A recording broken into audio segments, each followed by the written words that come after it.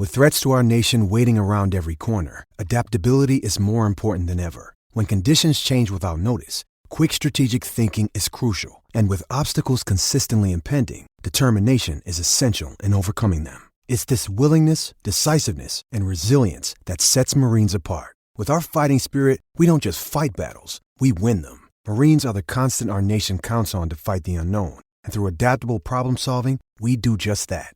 Learn more at marines.com. This episode is brought to you by Hyperice, the leader in advanced warm-up and recovery technology. They have tons of innovative products, like Venom-heated wearables to help soothe sore back muscles, Normatec compression boots to speed up recovery and increase circulation, and Hypervolt massage guns to improve mobility. Loved by athletes like Naomi Osaka and Erling Haaland. Try them yourself. Get 10% off your order with the code MOVE at hyperice.com. Does Monday at the office feel like a storm? Not with Microsoft Copilot. That feeling when Copilot gets everyone up to speed instantly? It's sunny again. When Copilot simplifies complex data so your teams can act, that sun's shining on a beach. And when Copilot uncovers hidden insights, you're on that beach with your people, and you find buried treasure. That's Microsoft Copilot. Learn more at Microsoft.com/AI for all. Why take one vacation with the family when you could take all of them? With Royal Caribbean, you don't just go to the beach. You visit a private island and race down the tallest water slide in North America. You don't just go for a road trip. You ATV and zip line through the jungle. You don't just go somewhere new. You rappel down waterfalls and discover ancient temples. Because this isn't just any vacation. This is all the vacations. Come seek the Royal Caribbean. Ships Registry, Bahamas.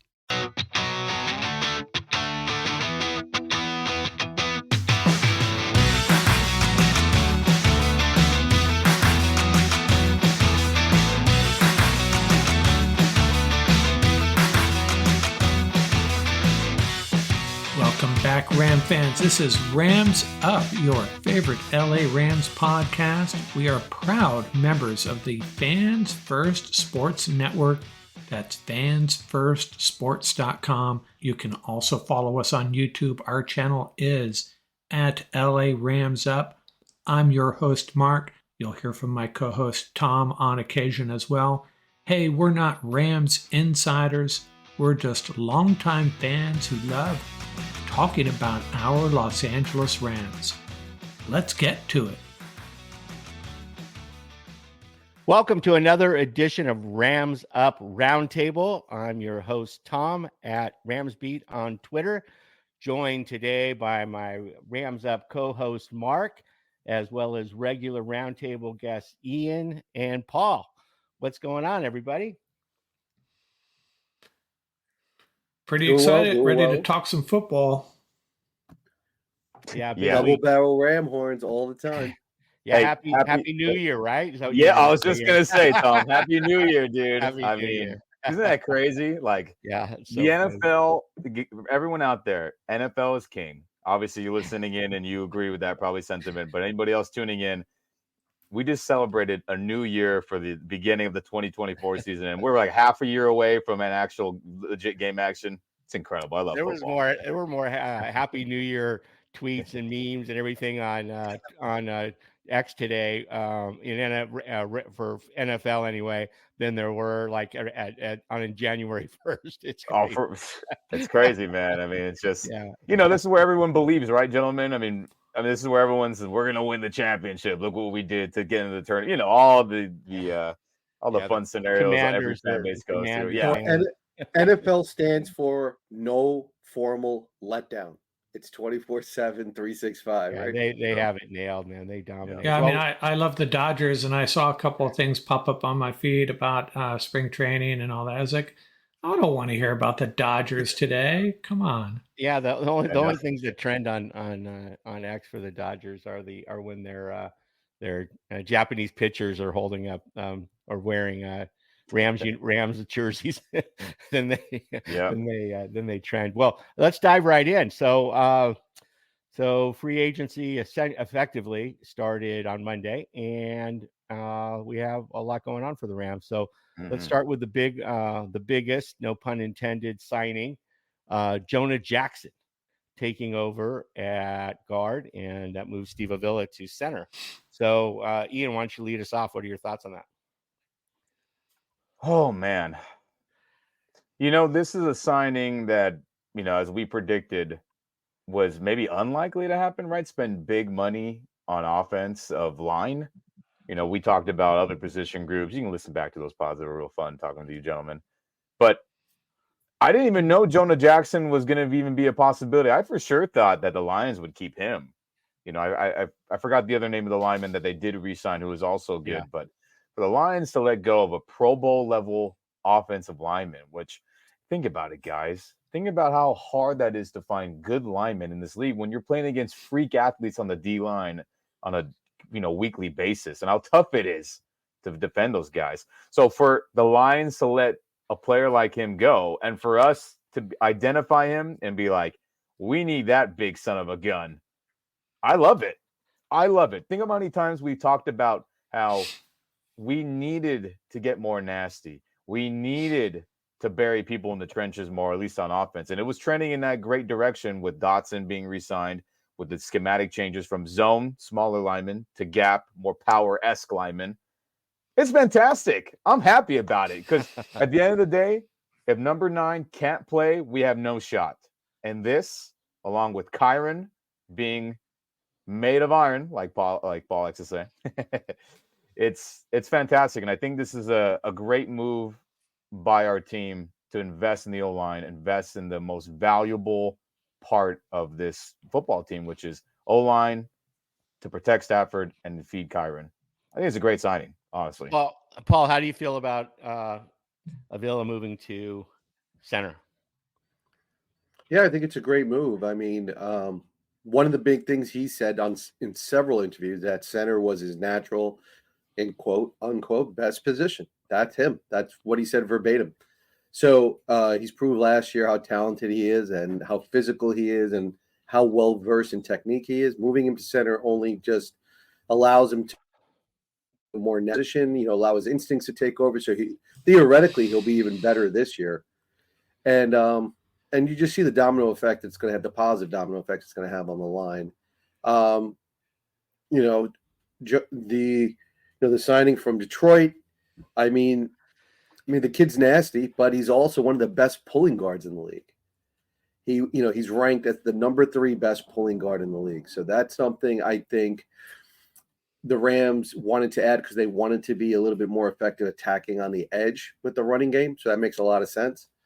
Iron Kyron's just going to feed off of that. You're going to see him be able to sort of stretch the ball wide a lot more.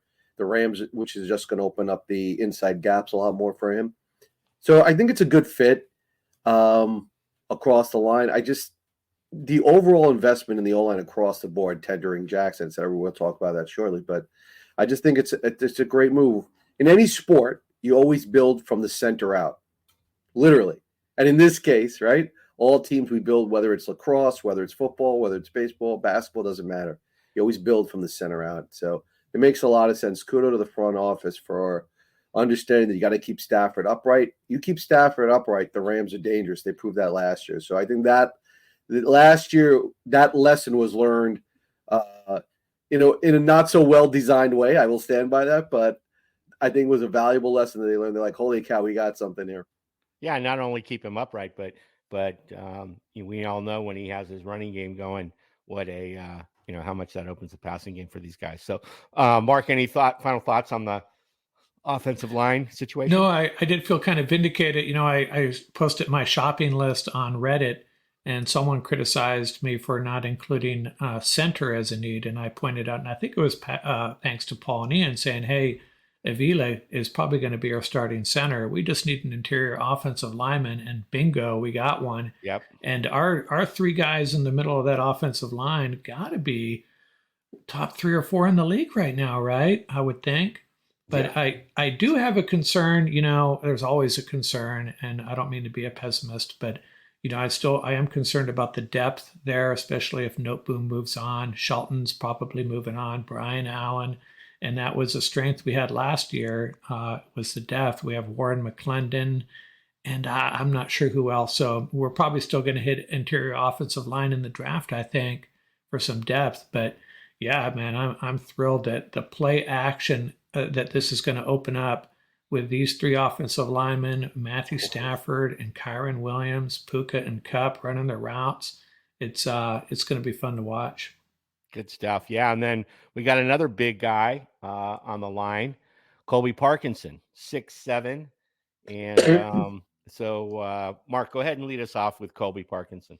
Well, I'll just say that anybody that saw this coming, I'm calling BS on that. I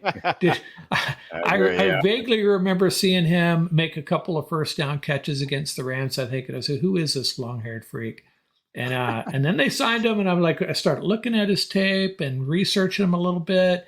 And as I pointed out, as other people have, that Bryson Hopkins was picked, I think, 3 picks behind Parkinson. So maybe he was McVay's guy all along. And Kevin Dotson was a couple picks after too. I just wanted to share that as well, which is crazy how we ended up with all of them. It's crazy. And you know who came right after all of them is, I'm not going to say his first name, Snead, the cornerback in Kansas City. All those guys went before Snead. But anyways, red zone threat.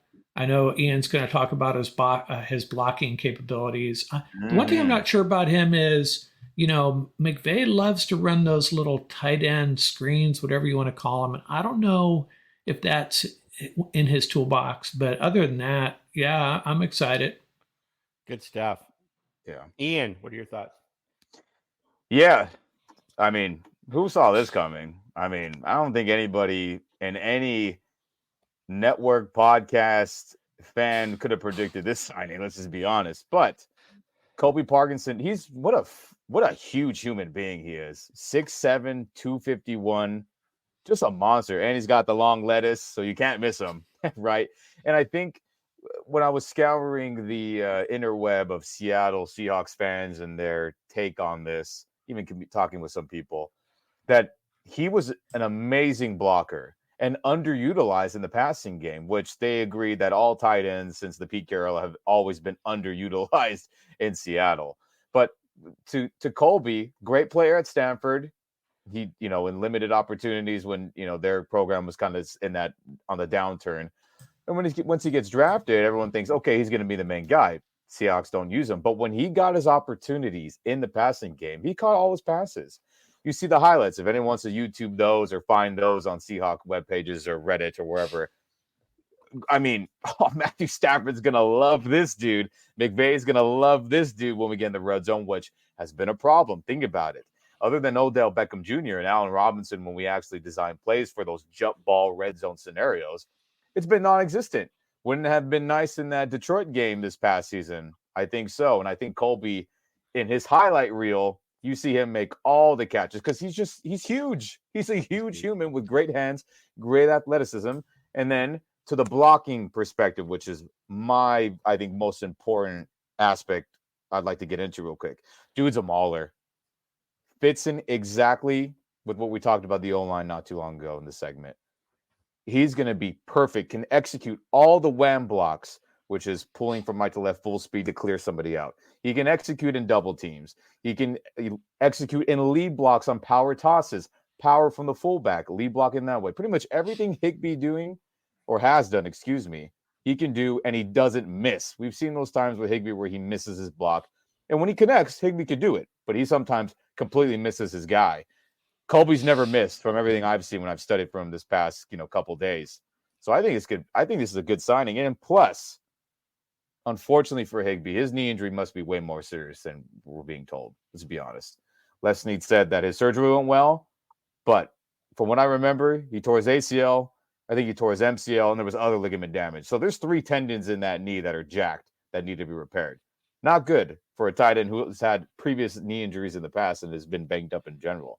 So we'll see what happens for the future. But Colby is the future starting today, and I like the signing based off everything I just said. And I think hopefully everyone should feel that way too.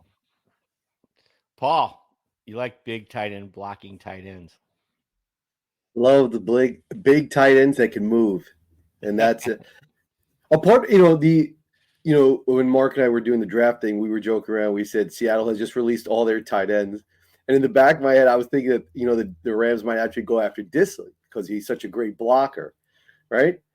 And that's how I was thinking they were going to go low cost tight end. Boy, did they go in a different direction. So apart from the salary cost, which I thought was surprising because they're basically paying him the same amount as Higbee, just a little bit under what Higbee was getting paid. Yeah. So we might be looking, hopefully, that I hope Higgs comes back, but we might be looking at an injury settlement somewhere down the line if it's that bad, right? And let's just hope it's not. But which further cements Detroit getting a little payback when we circle that on the calendar. I hope the Rams are doing that in their locker room as well. But having said that, this kid played at Stanford. I think in one game he had multiple tight ends. I think he caught like four touchdowns in one game. So I remember his draft scouting report when he was coming out. It's a good move for the Rams. It fits their system. He's tailor-made for their system. Higbee usually averages anywhere between 50 and 70 catches a year, which is right in this kid's wheelhouse. He's had 25 back-to-back seasons in Seattle.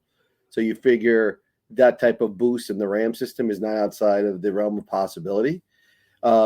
He's a physical player, plays well in the red zone, that jump ball skill set that we've been talking about, very similar to what Davis Allen does. The only thing I would say is that McVay has always had a hard time. We talked about this before when they had two tight ends. Is getting that second tight end on the field, finding a way to get enough reps for that second tight end. So as much confidence as I had in Davis Allen, which I still do, I think he would have been phenomenal. I still do too. Yeah. I think they just wanted to go with that veteran option. If you look at the deal, it's technically a 2-year deal, right? Theoretically. Mm-hmm. But I think it's a good fit for the Rams. I think the Rams scouted it out well. I'm sure they had a reason for paying that kind of money, but I think he'll be good for 50-plus catches. I think he'll be great in the red zone. I really hope they dial him up in the red zone because he's got that jump ball capability. He's got good, strong hands. But I also hope that they find a way of getting Davis Allen in there on the red zone and split him out wide. I think that would be a great way to take advantage of his skill set as well and almost give him like a specialist role down there. I think that would be great as well. Listen, when you add more weapons to your offense and you diversify, all that does is make you more dangerous. So keep Stafford happy by giving him an array of weapons. You improved your blocking as well. You got a veteran blocker that knows how to block. I'm sure Ian looked at it. Did you see those kick-out blocks? I'm telling you, the wham blocks that I'm talking about. They were a thing of beauty. They lined him up in the backfield sometimes as the lead blocker. So, and the kid plays with heart. That's the thing. He brings that energy. And the first thing he said when he signed with the Rams and when they were interviewing him, they said, "I am ecstatic to be going home." The kid is so when Michael Hoyt threw up that LA sign, and you remember when he got that sack? Yeah. Those are the type of guys you want on the team. They're happy to be there. That's the culture the Rams should be bringing. Listen, it is all about the Super Bowl this year. That vibe should be starting, like you said, from day one, from New Year all the way through. Everything they do should be in that mindset. And when we start talking about free agent options, I think that should be the running theme. Yeah. You mentioned coming home, Colby Parkinson, a Oaks Christian.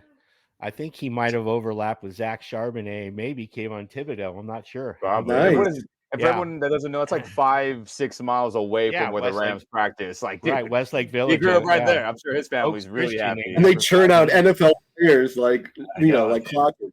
Yeah, exactly. So yeah, good stuff. So and now a couple of not so familiar faces in Jonah Jackson and Colby Parkinson.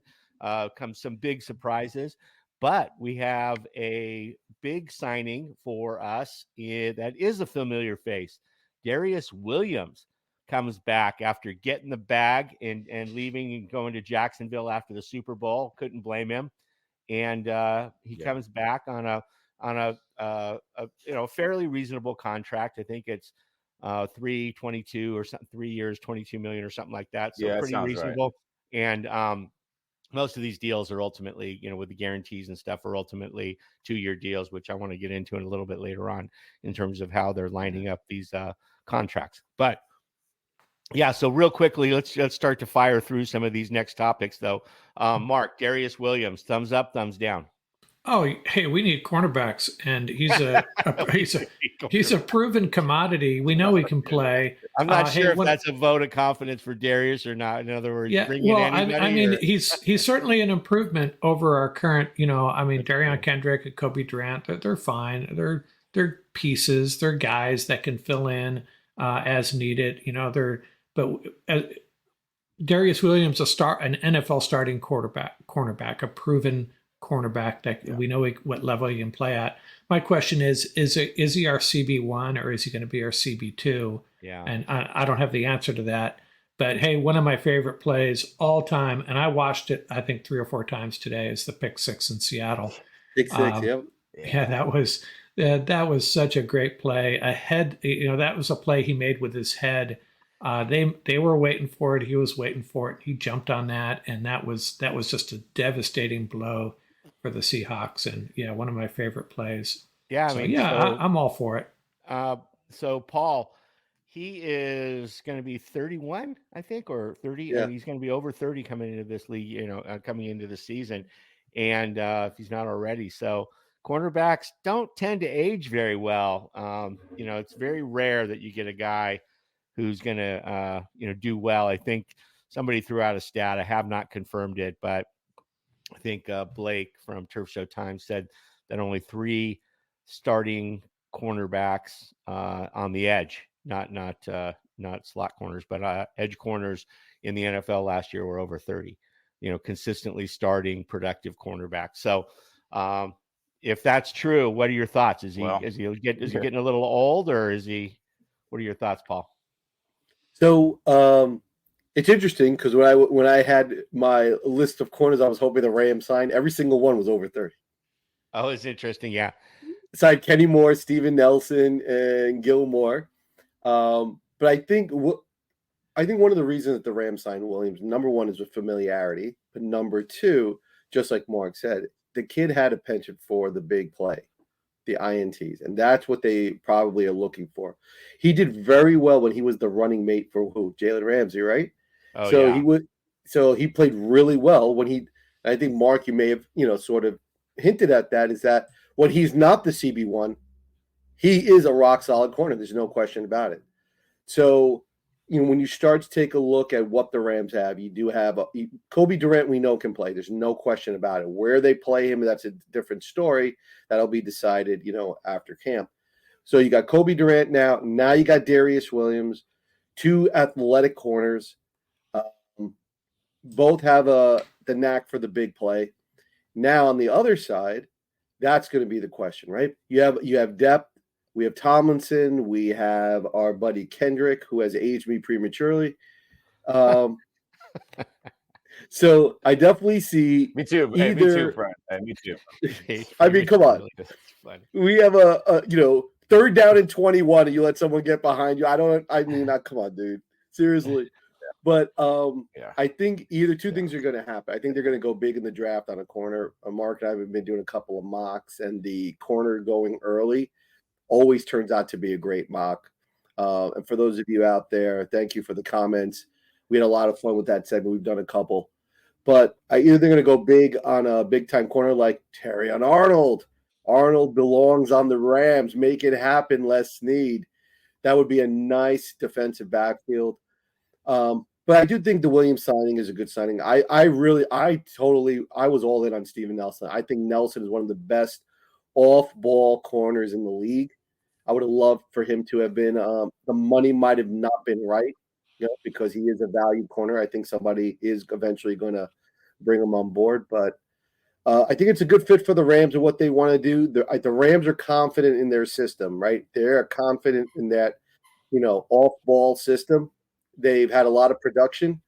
And now I think you're going to see the Rams start to pick up the pieces and start getting those heavy hitters up front, try to get a little bit more sizzle in the pass rush. And I think they're going to go back to what brought home the trophy behind me, right? They're going to go back to what they know works. So in context, Darious Williams fits. Yeah.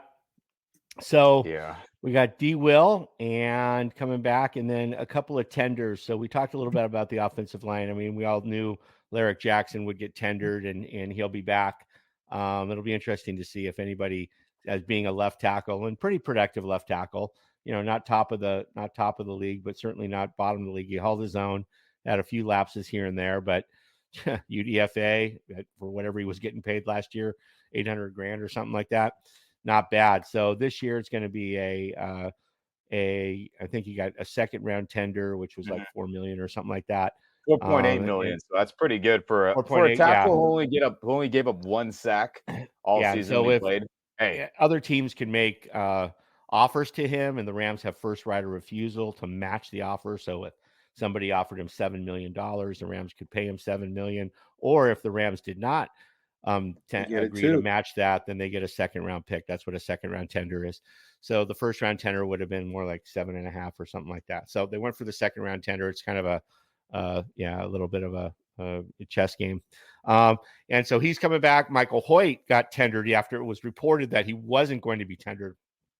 Yeah. So, obviously not viewing him, I don't think, in a starting role, going to be a backup guy. He's always been great on special teams, very versatile special teams player, and good depth on the edge, kind of a 5-10 snap guy or something like that, maybe 15 snap guy on the edge here and there in certain circumstances. So, Mark, what are your thoughts on these guys that are tendered so far? Well, Lyric Jackson makes sense. I mean, we're counting on him being our starting left tackle, and I think he will be our starting left tackle. The Hoyt thing, I'm wondering if maybe they were pursuing an edge rusher. It didn't work out, so they're maybe hedging their bets. Let's bring Hoyt back just in case. Maybe I don't know. I was really surprised. Ian and Paul could probably speak to this better than I can as far as from a coaching perspective. Would Hoyt be better just, converting him back to a 5 technique and leave him there? We're a little thin along the defensive line. I don't know. If we're coming back with the same group of edge rushers, it's concerning because the market's getting a little thin. We'll talk about that in a second. And that's why I wanted to ask Paul, given the situation right now, going off on a tangent here real quick, would you rather have Jared Verse or Terrion Arnold at this point? Ooh, dude. How could you ask that question? That's a tough one. I think that's kind of where we're at, though, right? Yeah, you're absolutely right. So based on the current situation, if that did come to fruition, that's going to be a tough choice. So for Ram Nation, what Mark is asking, Jared Verse is probably the premier edge rusher. He's a 3-down rusher, meaning he can play the run, he could set the edge as well, come after the passer. He's a very, very physical player. The consensus is he's going to be gone in the top 15 because he is the number 1 ranked edge player, no question about it. So if I had to choose one, I'm going to go with, because I think the edge market is drying up. The only exception to that is, and I don't want to jump ahead, we are going to talk about edge rushers, but like if they were going to go after somebody like Clowney, right? They could still get somebody like Clowney on a mercenary deal. If they knew that they were going to do that, because I think one of the reasons they signed Hoyt was because the premier edge rushers, I mean, that market just dried up like overnight, right? In like 48 hours, guys, right? Yeah, it was done pretty much. So, yeah. I mean, when you go to that scenario, unless you get a mercenary deal from one of these guys, you're going to have to go edge. But, if I had when do the Rams like to sign edge rushers? We've talked about this every off season, right? They come in before the trade deadline. They take a guy for at a low cost. He's already been paid all his money in his signing bonuses by another team. He's not a free agent with a blank slate for a contract that they have to dish out all this money. And they come in with I think Floyd came in that way. I think obviously Von Miller came in that way.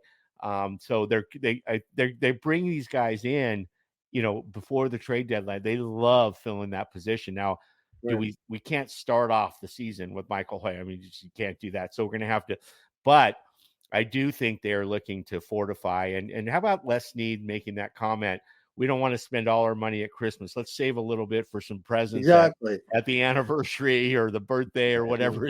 He loves these analogies. They're hilarious. So the formula, and I'm going to turn it over to Ian in a second because I want to hear his feedback as well, because he and I love the X's and O's part of it, is that also from the roster development part of it. So not taking nothing away from Terry Arnold, because he is my number one choice. I love that kid. That kid is a plug and play corner, and that was in this league. Good. To get 4 years, a rookie contract. Think about what corners are getting. We're talking about tier 2 corners getting like 10, 11 million cash. So think about a corner of that capacity. When you bring in a player like Jared Verse, also edge rusher, 4-year contract, rookie contract, one of the highest paid positions in the NFL, right behind left tackle, it does a great, just opens up a world of possibilities in terms of your cap space. But to get that player for 4 years and to be able to develop him, and you could start him on the left side, you don't have to throw off Byron Young. You have now Hoyt and everybody else getting into the mix, into their rotation. It just makes like that healthy sort of setup across the board. And you got 4 years of development at probably one of the most crucial positions in the Ram defense. Just think about what Floyd did for us. Verse has that type of run stop potential. Yeah, he can play with his hand in the dirt. He can stand it up. In this day and age, pass rushers that can play with a hand in the dirt are rare. So this kid can bring it. He plays with full go motor.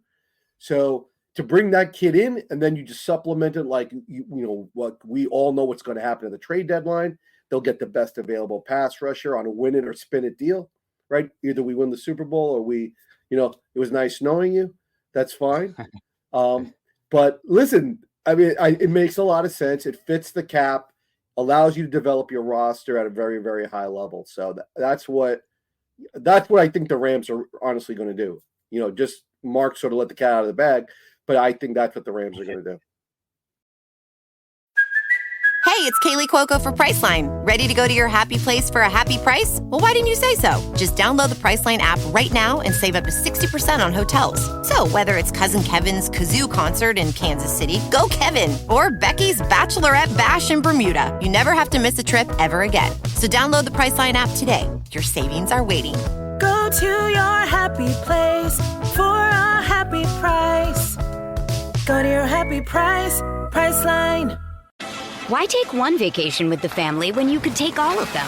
With Royal Caribbean, you don't just go to the beach. You visit a private island and race down the tallest water slide in North America. You don't just go for a road trip. You ATV and zip line through the jungle.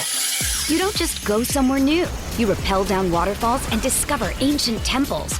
Because this isn't just any vacation. This is all the vacations. Come seek the Royal Caribbean.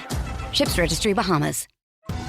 Survivor 46 is here, and so is On Fire, the only official Survivor podcast, and we have a twist this season.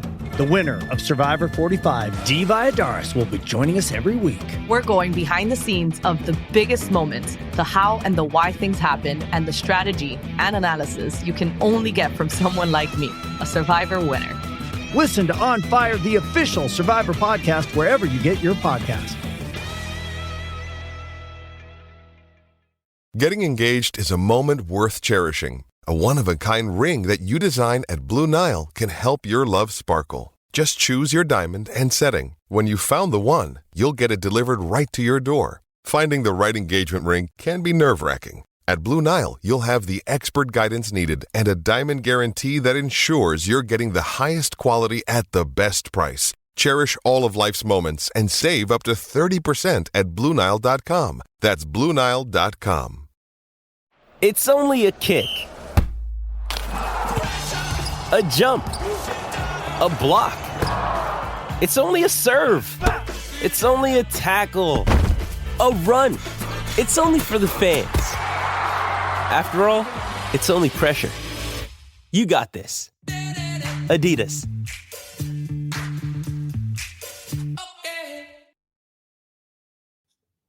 Yeah. Go ahead. He's legit. It's really that simple. And man, it's going to be really interesting to see what happens on draft day. And real quick, before I go down this road here, I just want everyone to understand that Michael Hoyt is a solid edge defender.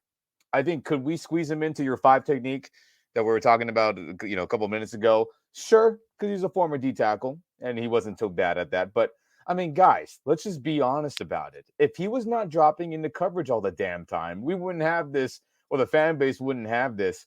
Oh, he sucks. Oh, he can't play. Rams fans, just like how you crapped on Darious Williams because the scheme wasn't fitting him and we were doing ridiculous things. Same thing with Michael Hoyt. We were doing ridiculous things that should not have been done with Michael Hoyt. I mean, guys, his pass rush win rate was higher than Leonard Floyd this past season, who just signed with the 49ers. Gross Matos, who just signed big money with the 49ers. More than Byron Young, more than Cleveland Farrell, more than Cameron Jordan, former All-Pro, more than Josh Uche, who we offered a contract to, by the way, and he went back to the Patriots, and many others. It's when he drops in the coverage, then we're in trouble because what 300-plus pound guy is going to be running with speedy wide receivers and running backs? No one. Okay, so the guy can play outside linebacker. Like we said maybe a couple weeks ago when I said my dream scenario was Danielle Hunter and Khalil Mack. Obviously, none of those things are happening. But for him to rotate in, because when we won the Super Bowl, we had multiple guys who are starter worthy that could play. I think Michael Hoyt is starter worthy. Now, is he big money? No.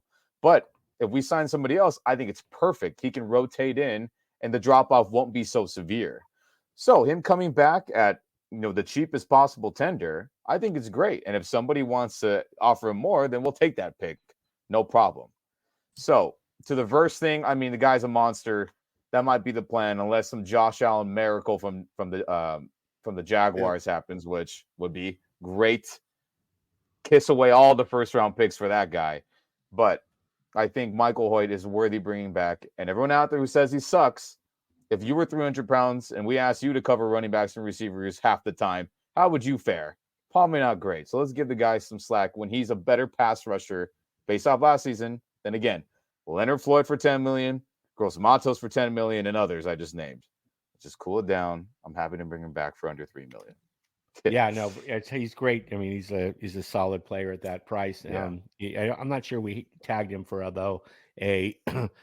pick if we don't sign him, if we get beat out. I think it's just a first right of refusal tag, but there's different. He might be, yeah, I think you're right, Tom. Apologies, but no worries. Regardless, there's different kinds of tags, but no, the point is, right. I think to your point, I mean, we know he can't cover, any, tight end or anybody in dropping in coverage. He's just too big of a guy. And even though he dropped a bunch of weight from when he was in the interior defensive line, he still just doesn't have that mobility or even that skill set. But he came to the Rams at 301. Mark, yeah, I think what pissed off a lot of Rams fans, including myself, was how he was giving up the edge in the first half of the season and last year. And and he fixed that in the second half of the season. He fixed that. And when he fixed that, he became very effective because he's an extremely good bull rusher. And he was, we talked about this. I think the defensive tackles were just giving him the inside and he was like taking it. He's like, a kid in a candy store as an interior defensive lineman, going, oh, wow, I can shoot the inside gap. And they had plays set up where then they would just burst out, gave him the edge, and they were setting him up for that. And then he got some technique and kept the edge and bull rushed the tackle and did a great job out there. So credit to him for developing, but good stuff. So moving on though, let's talk about I want to talk about Aaron Donald. So Ian, you were talking about some of his tweet. He doesn't tweet a lot, but tell us what he's saying on Instagram. Well, look, if everyone remembers, this is the famous Jalen Ramsey tweets or Instagram stories or little video clips where it'd be him having like the devil he, like him being like, oh, hold on. You know what I'm talking about. Everyone the can eyeball. visualize I love that. the eyeball. Eyeball one, like, So Aaron Donald had, I guess had his version, not on Twitter, on his Instagram story. And I have Rams Twitter in a frenzy right now because I posted. It seems like Aaron Donald is happy about something, which is a little video of him walking away from a sack and him doing like the yes sir kind of look and with a smile. No caption. No, it's not a post where it's like you can click on it and it leads to something else. This is like an individual little 4-second clip. Now, new league year, free agency is upon us. Jalen was famous for these things. Other players would do these little hints and things. So I tweeted, "Oh, looks like Aaron Donald's happy about something," with my own eyeballs, and I got the Rams Twitter in a frenzy kind of right now as we record. So, do I think he's retiring? We talked about it, in these last couple pods. Look, I don't think so. And is it possible? Maybe, but I feel like if he was contemplating it, he ain't sharing a little clip like this. You ain't sharing you giving the yes sir look with your fists in the air like that. If you're calling it a day, right? I don't think you would post any Rams related stuff if you were calling it a day like that.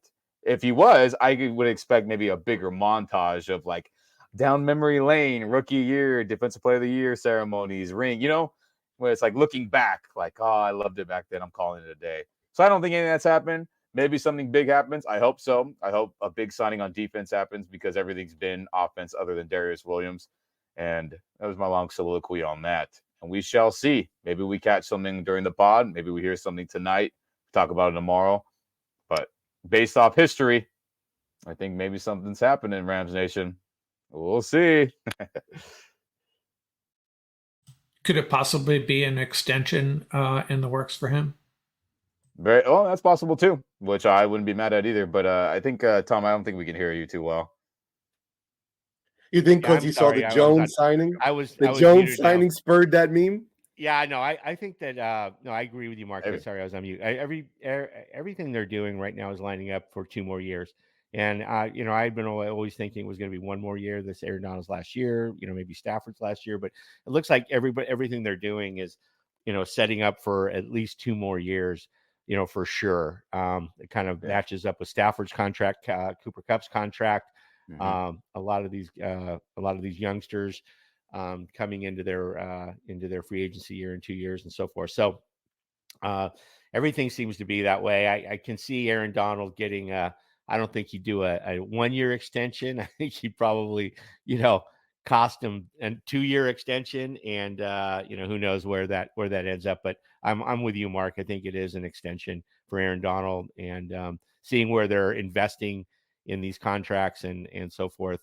Paul, what are your thoughts? Yeah, I think that's exactly what I was thinking. Is that when we start to see who they choose to restructure, we'll tell you the time frame. Right, so they've already started hinting at the Stafford restructure. If they go the way of restructuring Kupp, that's telling you they're going in for more than one. So that's going to be interesting. I think they should, honestly. I think there's a lot to learn from the Patriots. There's a lot to learn from what KC has done. KC has said, let's be in it every year. Let's see what happens, right? And and even this past year, just like you guys were saying, go back to all the preseason predictions. How many people had KC at number 1? None. Nobody did. You could play the tape back and you'll see there were very few people that did. So, sometimes it's not how your team looks in the beginning of the season. It's how your team looks at the end of the season when you're going into that playoff scenario. And that's the key. That's us. That was us. It was awful. We were talking about the halfway point. Yeah. Remember? Oh, what's next year look like? Yeah. Who are the good agent? We're going to have a high pick. And then, boom, won 7 out of 8 games. And here we were. But it's just crazy. Yeah, I remember there was a time where I was the Rams had the number 6 pick. Yeah. Football is a game of attrition. That's what people fail to sometimes really, really embrace. That the roster looks fantastic when you load up Madden, right? Because in Madden, you got the same players for the entire season, right? But that's very different in the real world. It's about how many players you actually lose and are able to replace. That decides your season. So when people downplay depth, in football, that is the kiss of death. So the Rams are smart in the sense that they're starting to build that. So when you see these subtle moves like a Hoyt signing, it may not on the surface look like holy moly, but later in the season, that depth, that rotation. Listen, we got to keep Byron Young fresh and healthy. Think about that. That's a big deal. And in the NFL, people forget that. Remember, I feel terrible for who was it? Greenlaw, that he tore his knee running on the field from the sideline. It wasn't even an action impact play. So that's the sport we're talking about, And just a quick thing about the edge. Darious Smith, if I'm not mistaken, and Clowney are both still out there, right? They're still unsigned? as I checked last night. So one of those two. Real quick, I think Darious re-signed with Cleveland. Yeah, he did re-sign? Yeah, he did. Yeah. But real quick, the Clowney point, I'm all in. Everything you're going to say right now, I'm all in. I'll share my thoughts after too, but I think what Clowney would do for that run defense, and listen, I still think people do not give him enough credit for pass rush.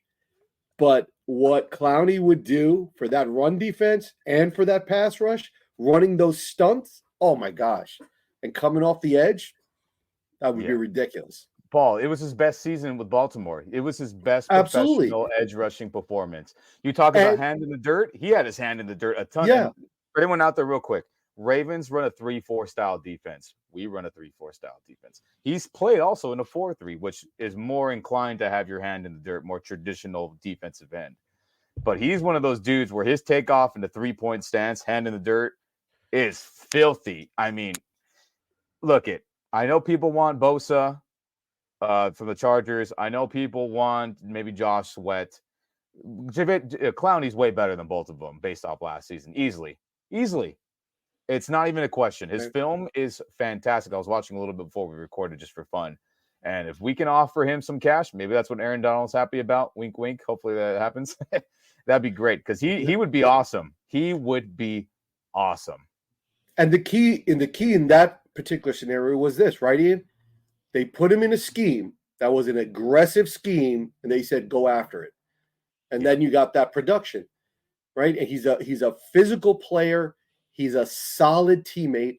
All the teammates love him. People criticize him because he goes after those 1-year mercenary deals, and building up the bank account. But what's wrong with that? Because one knee injury, your career's over.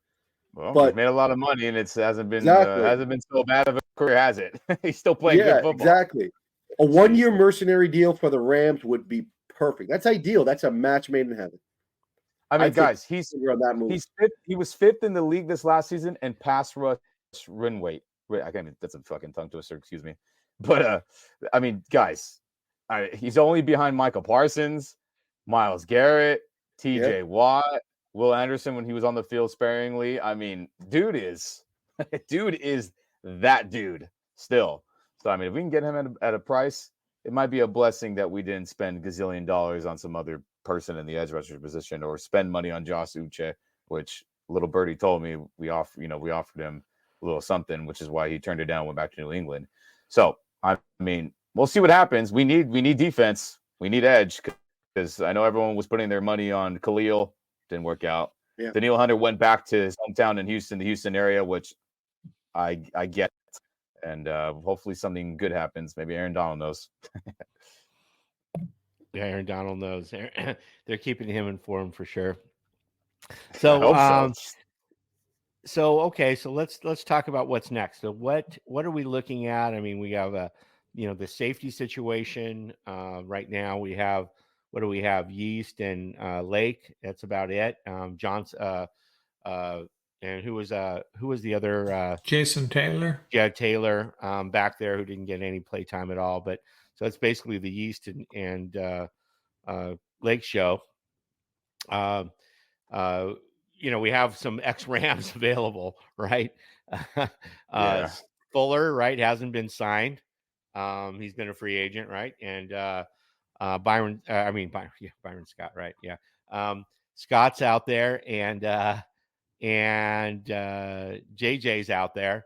So do we bring back one of those guys? Do we draft late in, like we like to do in the later rounds, some safeties and see who hits? Or what do we do? It feels that way. Go ahead, Mark. Go ahead. No, I was just going to say, in my opinion, we bring one of those guys back and draft a safety in the 6th round. That's been the MO of the Rams. I think it's just interesting that John Johnson was apparently participated in recruiting Darious Williams back to the Rams. Apparently, at least he said so. And then Nick Scott gets released. So I'm wondering if John Johnson could find himself out of a job because the Rams bring back Nick Scott. I don't know who would you prefer, Ian, between those three if we were going to bring one of those guys back? It was, you said John Johnson, Nick, and who was the third? Jordan Fuller. Oh, I mean, I would choose Fuller for sure. But it seemed, look at guys, we don't re-sign safeties unless you're LaMarcus Jordan and get the franchise tag way back when. But it's unlikely. And let's just be honest about all of them. Jordan Fuller, when he's on the field, is solid, but his health is unreliable. He was hurt again, had a season-ending injury, and in the biggest games, he was not available. Playoff game, just like the Super Bowl run, he was not available, and we won without him. John Johnson, we won a championship without him, but he was wishy-washy at times. Good moments, and there were some moments just like Fuller. Now, to Nick Scott, he started because there was no John Johnson. Fuller was having, health issues, which is why he didn't start majority of that 2022 season. And then Nick Scott was wishy-washy as well. And then he got benched in Cincinnati this last season at the halfway point. So I say none of them, truthfully. Maybe I would say Fuller out of them all. Now, the problem is who's going to be replacing those guys. Now, Quentin Lake is somebody who played really well in the slot star position. He played there much better than a traditional up-top safety, strong or weak. Russ got benched for John Johnson at the halfway point, so did we feel great about that? And now these guys are still young players; they still have time to develop. Unless we get a Justin Simmons, that'd be cool, or we get somebody else who I'm just blanking on names right now. I just think like draft is what's going to happen. Draft is probably what's going to happen because Quentin Lake needs to stay at the star. He does. He excelled really well there, and let's not screw that up and make ourselves worse on defense and have him go back there. Now, can he develop and do it? Possibly. But I think the draft is what's going to happen unless we get a Simmons or somebody else. And that brings us back to Sione Vaki, right, Paul? or Cole Bishop.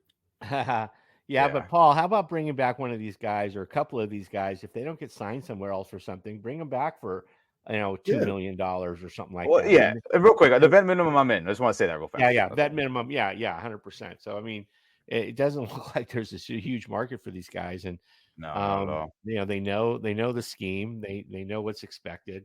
And that's also part of the mid-year strategy as well. Is to bring back when teams start to, they know that their season is over. Who do they normally release? They high-price safeties. So that's another.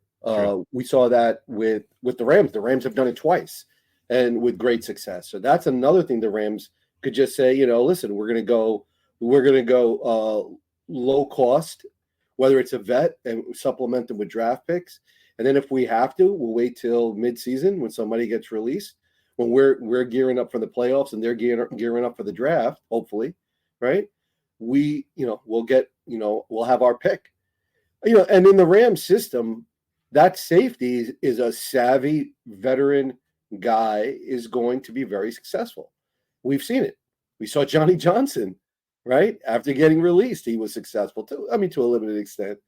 But you could also get a player like, not Simmons in this case, right? But let's say if it does happen, a team that has a Simmons-like player with a hefty contract who gets released in the middle of the season, you're paying what percentage of that to run them for the rest of the year and see if they can contribute to your secondary. So either way for the Rams, it's win-win. I mean, Mark's tired of hearing me say it. There are some really good safeties in this draft that would fit in the Rams system. Yeah, I mean if we go bigger picture with the NFC West, Seattle isn't really doing anything, right? They haven't done jack. They haven't done anything. They're kind of offloading it. They got a new coach. They're kind of trying to probably rebuild in his image, and obviously Arizona's still in a rebuild. And they'll be okay. A good coach, Gannon, and so forth. But I mean, it's the Rams and the Niners. The Niners are the overwhelming favorites. And you can get the Rams at 4-1 to win the NFC West. I mean, that's crazy. Really? Yeah, it's absolutely insane. And so, and it's one of the highest, aside from maybe it's 3-1, but the AFC West, is lopsided with the Chiefs. And so, but those are the two biggest divisions. So, I just feel like the Niners, I mean, Armstead has been a stalwart, right? He's gone. There's just these guys that are falling off that squad. They're really not signing that many players at all. And because they have to save some money to re-sign their high-priced guys, right? With Ayuk, if they want to get him back, and some of these other guys. So I feel like there's a little bit more parity there, and I feel like the Rams can really make a run at the NFC West. Now, what are your guys' thoughts? Real quick to that thought about them losing people and signing on especially the defensive line, which they put a lot of money into all the time. It feels like. I mean, guys. Oh, baby, we got a giant, great Ram wall people got to get through, right? Yeah, I mean, Chase Young guy, Eric Armstead gone. Alarg Jackson, 6'7", almost 300 pounds, 285. Rob Havenstein, 6'8", 330 pounds. Newly signed Jonah Jackson, 311 pounds. Steve Avila now at center is 332. Kevin Dodson, 321. Oh, baby. I mean, it's our time. Colby Parkinson. Yeah, and Colby, we just said 6'7", yeah, almost pushing 300 pounds himself, getting in a lean high 200s. I mean, guys, it's time. It's time to impose our will and take back the West. And I think we have a great offensive line to start that process, and we'll see what happens on defense too. But I agree everything you said, Tom. It's time. We got a chance. The Rams have to stay in that mode of just constantly loading up every week. Just be in that mode, just constant, like that shopping list. Just like Mark said, in a really nice short that he had out there was like their shopping list at the beginning of not just free agency, but the draft preparation. That's the mode the Rams have to be in. So I mean, and I will say this about the Niners. The Niners did a good job of constantly bringing on talent. They brought on Gregory. They brought on McCaffrey. They brought on Trent Williams. So, they made, in addition to that, they drafted well. And they brought on these mid-tier free agents that did very well for their team. And the Rams have to get into that mode. They have a nice nucleus. Now they have a supplemental sort of group of young players that are playing really well and are happy to be there. They have those returning low-cost free agents that are a key word here. Hoyt, ecstatic to be back. Parkinson, he's happy to be back, right? So you have this sort of mode now of constantly bringing in players. Ian and I talking about bring on Clowney, right? Bring that guy back. He'd be more than happy to chase a ring. Right? He's played in that Raven sequence of aggression. So bringing him back, and Shula's saying, he's going to be the guy that's going to juice up that front seven a little bit. It makes a lot of sense. I think Shula's going to play a lot of even fronts too. I don't think he's just going to go straight 3-4. I think he's going to run a lot of even fronts when he wants to get aggressive. So I think the Rams looked really good when they went into their nickel last year. They looked really good when they went into their nickel. When they didn't have those mental lapses, they looked good. So, and their dime package, right, also looked good. And if you take a look at sort of the breakdown, like Ian was saying, Lake looked really good, whether they play him at the star or at safety. You've got some guys that you can definitely say on the chalkboard, you can say, put a check mark next to them. This guy's good. This guy's on the field. We're okay with that. And that's the key. And little bit by little bit, you're starting to see that 11 on both sides of the ball start to get into that mode. All right, check them off. O-line, good. We're from left side all the way to the right side, check mark. That's a major achievement in the offseason, gentlemen, right? Think about it. By this time of free agency, how many teams can say that? Left tackle to tight end, across the board, they got the check marks in place. So the Rams have achieved something a little bit under the radar, right? Without, attracting too much attention. They've achieved, I think it's a very important milestone for any team. And to do it this early in the process, kudos to that front office. They know what they're doing, and kudos to McVay.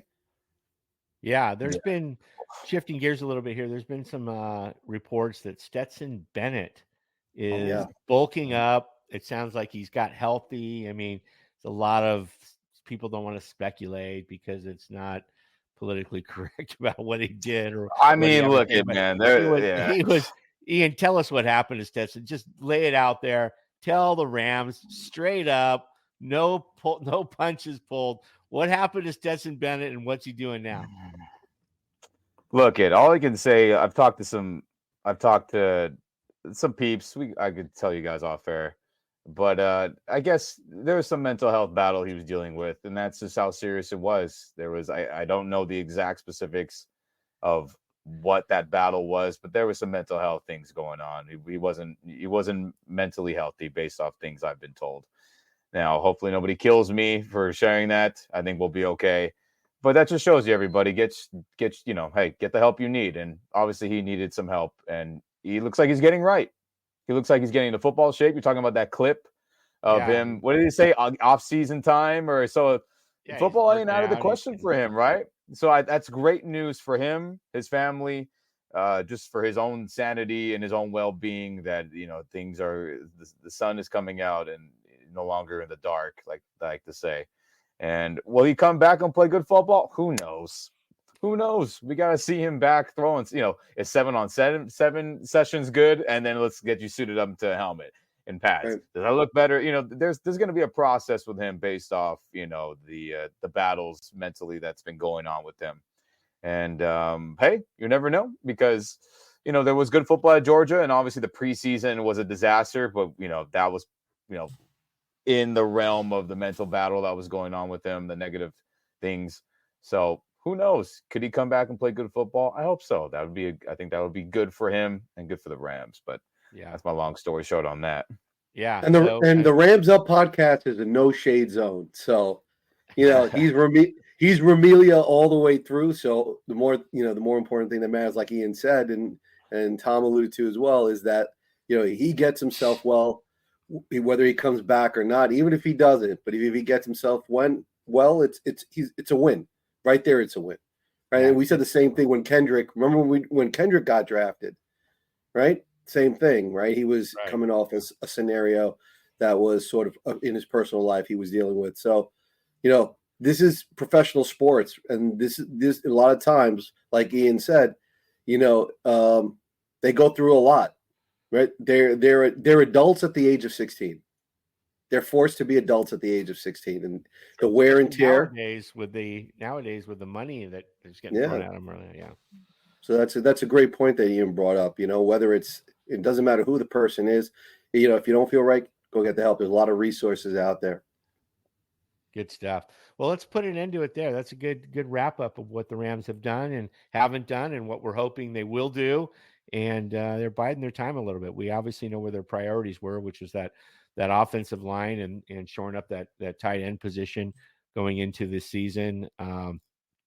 Obviously, Robinson got signed early on, and that was huge. So a lot of good signings here. And we thought people were scratching their head at the Dotson signing and how much they gave him, and there was a lot of blowback on the size of that contract. And then the interior offensive linemen started getting bags, and it was like, okay, thank God we signed Dotson early on. He would have gotten at least another $10 million over that 3 years if he had signed later. Yeah. So I think the Rams accountant is now on McVay's headset. Please run the ball. We've spent so much money. Please run the ball. They're going to calculate how many running plays so they can get their true value of their investment right into his headset. So they're going to be like, please run the football. The analytics guys. So good stuff. Well, hey, great session, guys. Good summaries, and we'll look forward to next week. Hopefully there'll be a lot more good news for the Rams.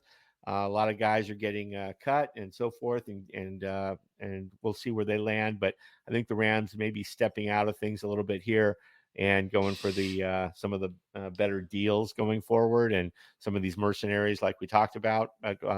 We'll have to see how it all shakes out, and then they'll be probably pretty active post draft and during the draft and then throughout the season. So. They are definitely saving a little bit of money, and there's lots more where that came from with the restructures, which they really haven't delved into yet. But there's a lot of money out there, probably another $40 million easily with some of the restructures with Kupp and Stafford and Donald and some of the other things. So we'll really see how all in they are for this year and potentially the following year, 24 and 25, with like Paul mentioned, when we look at the restructures, that'll tell you where their head's at and what they do with that money. So So good stuff. Well, thanks again, guys. I'm Tom, your host at Rams Beat on X, with my co-host Mark here from the Rams Up podcast, and Ian and Paul. We will sign off there and catch you all next week. All right. Thanks a lot. Double barrel Ram horns. Horns up, and let's find out what Aaron Donald knows soon. All right. Stein Clowney.